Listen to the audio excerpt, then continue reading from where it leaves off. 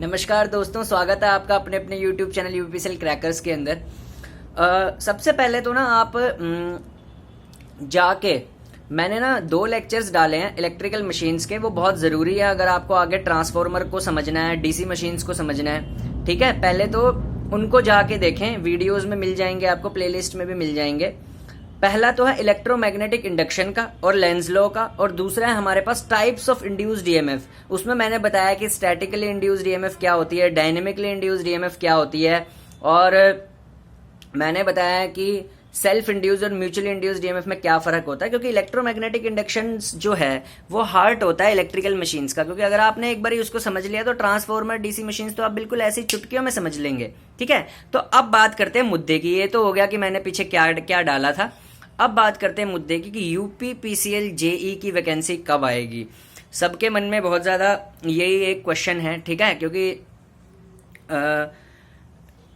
Expectation ये थी कि नवंबर में आ जाएगी, लेकिन नवंबर तो बिल्कुल ख़त्म होने जा रहा है। ठीक है, और लगभग ख़त्म ही हो गया है, तो बहुत मुश्किल है कि नवंबर के लास्ट वीक में वैकेंसी आ जाए अब। ठीक है, बहुत रेयर चांस है, पर यूपीपीसीएल एक अनप्रडिक्टेबल डिपार्टमेंट है। हो सकता है नवंबर के लास्ट वीक में वैकेंसी आ जाए, ऐसा भी हो सकता है। चल ही रहा है अभी तो पर जो अब एक्सपेक्टेशन लगा सकते हैं, लगाई जा रही है कि यूपीपीसीएल में वैकेंसी कब आ सकती है, वो है, देखिए, आएगी इसी साल दिसंबर के मिड वीक तक, सेकेंड वीक तक, या फिर लास्ट वीक तक पक्का वैकेंसी आएगी। मतलब दिसंबर में आनी ही आनी है नोटिफिकेशन। ठीक है, और मार्च फर्स्ट वीक में एग्ज़ाम हो भी जाएगा।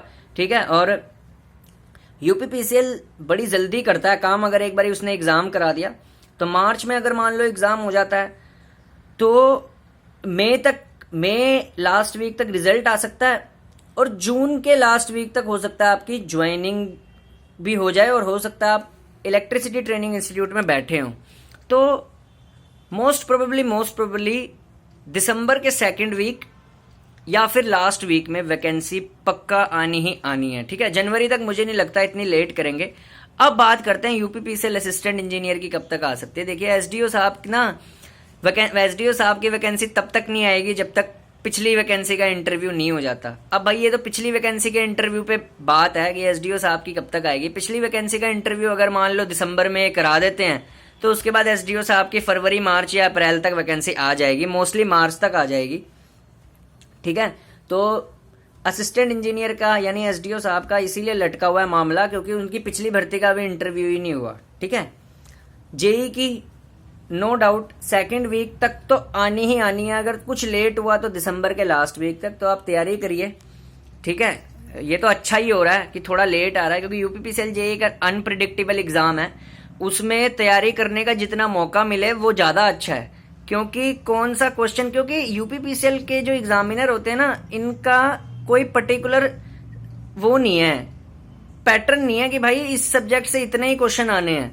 ये किसी से भी बना देते हैं, यानी इनका अगर दिमाग सटक गया ये कैसा सा भी पेपर बना देते हैं। अच्छा, मैंने ये एनालिसिस किया है पिछले 4-5 सालों से यूपीपीसीएल के पेपर्स में कि यूपीपीसीएल का जो पेपर बनाने का तरीका है ना, ये कोई सोच नहीं सकता कि कैसे बनेगा। ठीक है, ये बिल्कुल इजी भी बना देते हैं। कभी कभार तो इतना लल्लू पेपर बना देते हैं, देख के ही लगता है यार ये तो बड़ा इजी है। मतलब प्रिपरेशन बंदा बड़ी नेक्स्ट लेवल की करके जाता है, मिलता उसको बिल्कुल 0 लेवल का। और कभी कभी इतना हार्ड बनता है कि बंदे ने प्रिपरेशन नेक्स्ट लेवल की करी होती है, लेकिन तब भी वो उतना अच्छा पेपर नहीं कर पाता। सो बहुत ही अनप्रिडिक्टेबल सा एग्जाम है, कोई भी प्रिडिक्ट नहीं कर सकता। आप यूपीपीसीएल की तैयारी कितनी भी कर लें, लेकिन जब तक आपकी आंखों के सामने, पहली आंख और दूसरी आंख के सामने यूपीपीसीएल का पेपर आ नहीं जाता, तब तक आप ये डिसाइड नहीं कर सकते कि आपका सिलेक्शन होगा या नहीं होगा, या आपने जो तैयारी की थी वो इस हिसाब की थी या नहीं।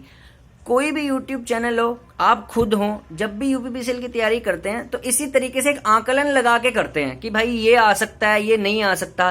क्योंकि भाई यूपीपीसीएल का एग्जाम जो बंदा देने जा रहा होता है उसको खुद ही नहीं पता होता कि क्या आ जाएगा।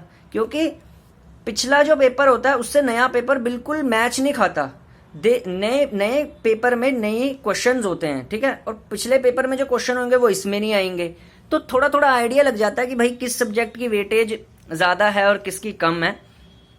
ठीक है, और एक और बात, यूपीपीसीएल जेई की सैलरी पे नया वीडियो मेरा आने वाला है। एक मैंने वीडियो बहुत पहले भी डाला था, उसमें क्या था, उसमें जो डीए था वो 31% वाला था। अब जो डीए है वो 38% होने वाला है। तो 38% डीए पे क्या सैलरी होगी। और क्योंकि जो ईटीआई में एंट्री करेगा इस बारी बैच, ये जो अब बैच एंट्री करने वाला है, क्योंकि जिसने अभी दिसंबर में आई हुई वैकेंसी का जो एग्जाम निकालेगा बैच, उसकी क्या सैलरी होने वाली है, वो बहुत ज़्यादा सैलरी में रिक्रूट होगा बैच। क्योंकि जो 38% डीए है वो लागू होने वाला है। तो 38% डीए पे कितनी सैलरी बनेगी ये मेरी नेक्स्ट वीडियो में आ जाएगा, ठीक है। और मशीन्स के क्वेश्चन को, मशीन्स, इलेक्ट्रिकल मशीन्स का जो नेक्स्ट लेक्चर होने वाला ट्रांसफॉर्मर का, उसमें प्लीज़ सारे मौजूद रहें जितने भी मेरे सब्सक्राइबर हैं, क्योंकि वो बहुत ही इंपॉर्टेंट टॉपिक होने वाला है। अब कई स्टूडेंट बोलेंगे यार हम तो नए नहीं हैं, हम तो काफ़ी टाइम से प्रिपेयर करें, हमें तो ट्रांसफॉर्मर आता है। देखिए, आता सबको होता है, तो क्या हो गया, आप मेरा लेक्चर देखेंगे, आपके कॉन्सेप्ट की रिवीजन हो जाएगी।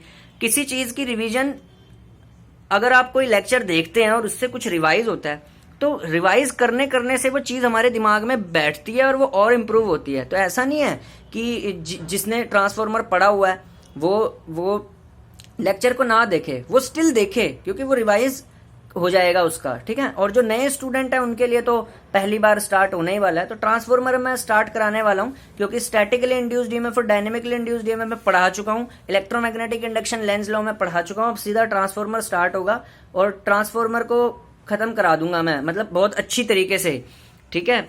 अच्छी तरीके से हर एक टॉपिक डिस्कस करूंगा, ठीक है।